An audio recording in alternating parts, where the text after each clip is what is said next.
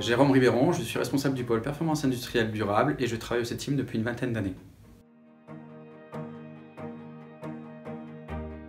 La transition écologique est une évolution vers un nouveau modèle économique et social, un modèle de développement durable pour répondre aux grands enjeux environnementaux qui s'appliquent aussi à l'industrie. Et la mécanique est au cœur de l'industrie et par conséquent des enjeux environnementaux. Sans roulement, pas d'éoliennes. Sans turbine, pas d'hydraulique pour la production d'électricité. Sans technologie propre, pas de préservation de notre environnement. Pour la mécanique, les impacts environnementaux sont présents sur l'ensemble du cycle de vie. Il s'agit de concevoir et d'utiliser des produits, machines, procédés plus propres en réduisant les déchets, les émissions dans l'eau, dans l'air, également plus sobres en énergie et en entrant au niveau des matières premières, des consommables.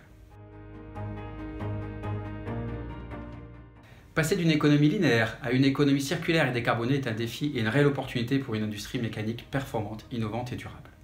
Les 7 piliers de l'économie circulaire, l'écologie industrielle et territoriale, l'économie de fonctionnalité, l'éco-conception, le réemploi, la réparation, la réutilisation et le recyclage, sont source d'innovation pour assurer la compétitivité et la relance industrielle pour l'ensemble des secteurs, notamment le transport, l'énergie, la santé et les fournisseurs d'équipements.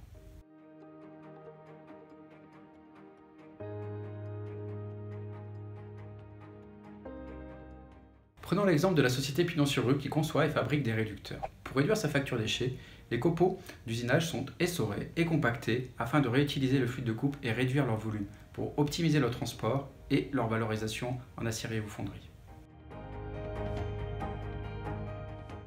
Pour le fluide de coupe usé, un traitement par évapoconcentration permet de réduire la quantité de déchets à éliminer et de réutiliser l'eau récupérée.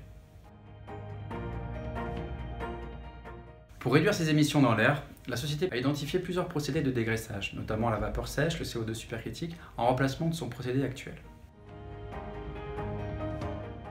Côté produit, M. Suru a formé l'ensemble de son bureau d'études à l'éco-conception, via la méthode MyEco et utilise le logiciel EcoDesign Studio.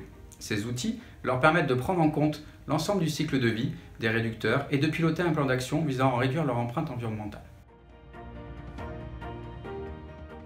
Dans le cadre de son plan de transformation stratégique, M. Suru envisage de changer de modèle économique via l'économie de fonctionnalité, en vendant des heures d'utilisation de ces nouveaux réducteurs.